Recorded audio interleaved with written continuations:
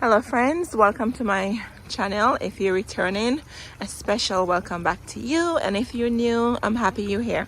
So in today's video I'm gonna be planting some daffodils in front the pond. This is a fish pond.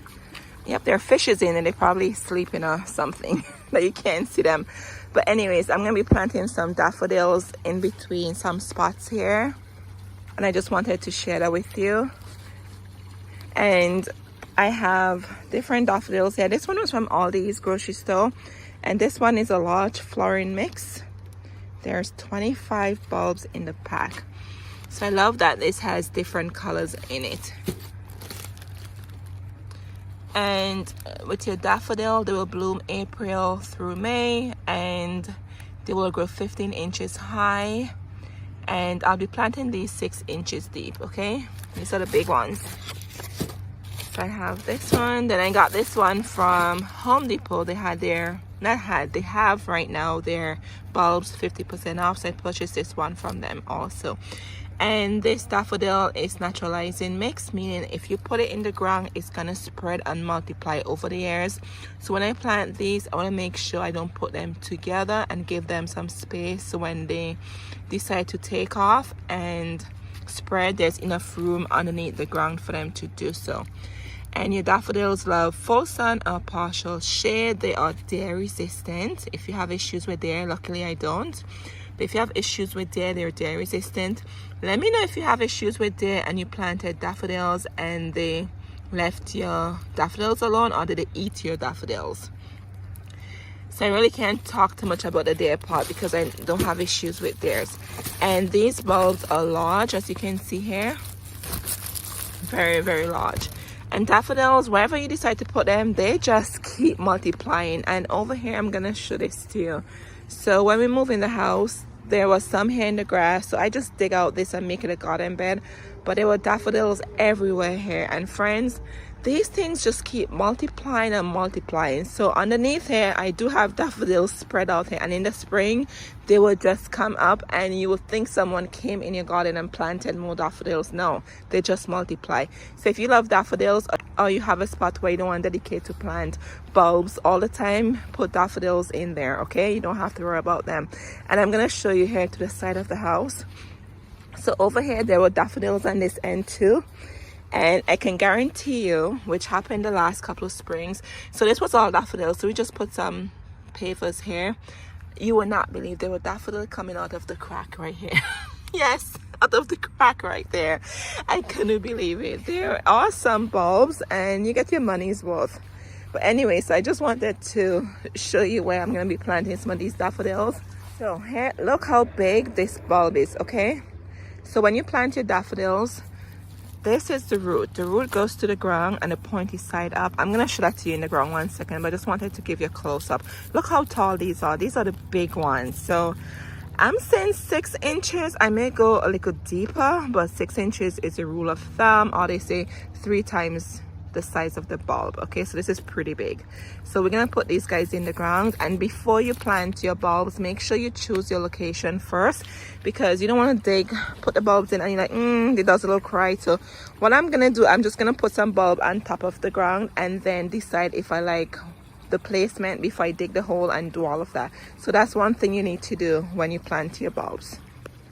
Alright friends, I wanted to give you some tips about daffodil. They will bloom from March into May, and they're one of the first to come out from the ground, and their blooms last very long, and they make perfect cut flowers. Last year I did some cut flowers from those I have on the other side, and they probably lasted 3 weeks. Okay, so they're a great investment if you're into cut flowers, or you enjoy cut flowers, or you just want spring flowers to bring into your house. And daffodils, actually, they are the month of March. That's the flower for March, daffodils. In here I place my daffodils where I want them to be, so I planted in odd numbers. So I'm doing 5 groups of 5s, you can see here, and just give them some space, and you don't want to cram them too close.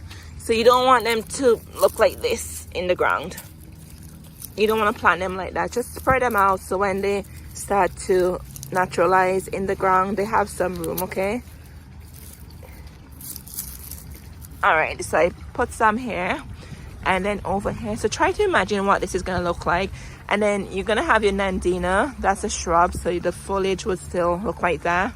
But then these are hostas. I have to come in and cut these down. And then I have more on this side, so that's 3 bouquets. And then here's another set of 5. And another group here in front of the peony. This is the peony here. I think this one is the white or the fuchsia peony. So just imagine the contrast with the yellows and white in front of that fuchsia color.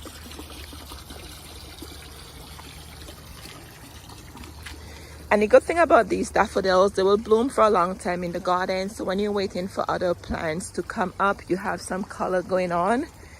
And around the corner here, I have more tucked in over here. And wherever you decide to put your bulbs, just be careful because you want to plant annuals or you may want to plant perennials in the spring. So just be careful where you decide to put your bulb. And then I have more here. And then this is a hibiscus. So this is not going to bloom until summer. And this is one of the last perennial to emerge from the ground. And then I have a blushing bright hydrangea here. So this leaves on here, they're dying back. So I'm going to have some color tucked in right here. And I was thinking of putting some over here, but I think I'll put other plants over there. So if I back up here, you can see. Just imagine if it's spring and looking at all these beautiful, vibrant colors. Here we are. Just look at that. Just try to imagine that staring at you and it's spring and how beautiful this is going to look. And the reason why I'm putting daffodils behind here is that way they can spread throughout and keep making more. I do not have any tulips in the back. I just have daffodils here. So I'm very selective where I plant certain bulbs. And I wanted to show this to you. So when you do your bulbs, in here, these are bulbs that they're not good. You see that? There's this test you do, you squeeze them and you can see it's not good. Even looking at this, you can see it's not good. So if you have any bulbs like this, be careful when you're planting your bulbs. Just don't plant bulbs, pay attention to your bulbs. Look at that. If it has that squishy feeling, look at that, it's not good. Or you can actually visually see it, it's rotten. Don't plant them, they're garbage. Don't put them in your compost, put them in the garbage, okay? I think this one is good. But from the 45 in the bag, oh, you hear this one? This one just crunch. So from the 45 daffodils, it looks like 7 of them, they were not good. So that's fine, right? I only paid $10, they were half off. So I just wanted to show that to you. And you can also plant daffodils in containers.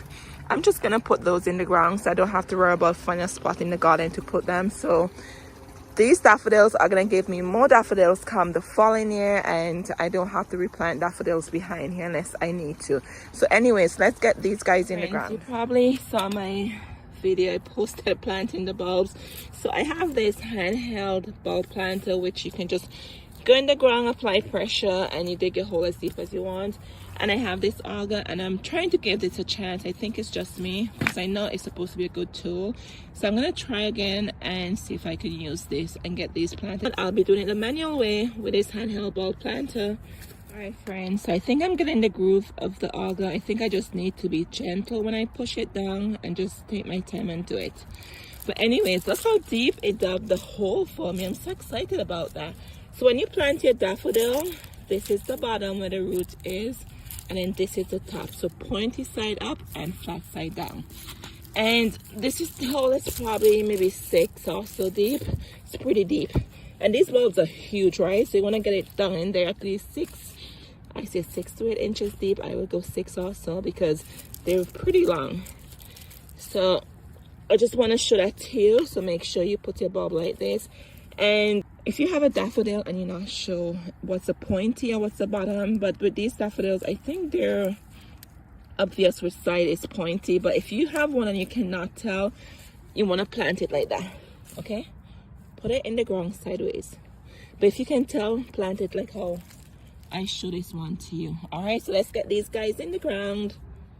All right, friends, I'm done planting the daffodils. Where I'm standing is in front of my dining room. This is where my dining room kitchen area is. Before you plant your bulbs, make sure you plant them where it makes sense because you want to be able to enjoy your beautiful blooms, right? So I can sit in my dining room or my kitchen and look outside over the pond as I'm doing right now and enjoy those beautiful daffodil blooms in spring.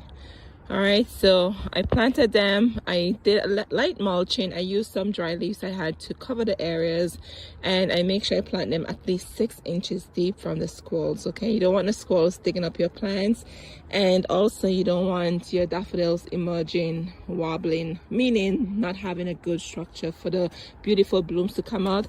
And I just want to share this with you, and I'll be planting up next. I think I'm going to tackle the garden fountain area and put some bulbs in there along with the rose garden I'm creating. Make sure you're subscribed so you can see the next fall bulb planting plan. Oh, that's a lot of words.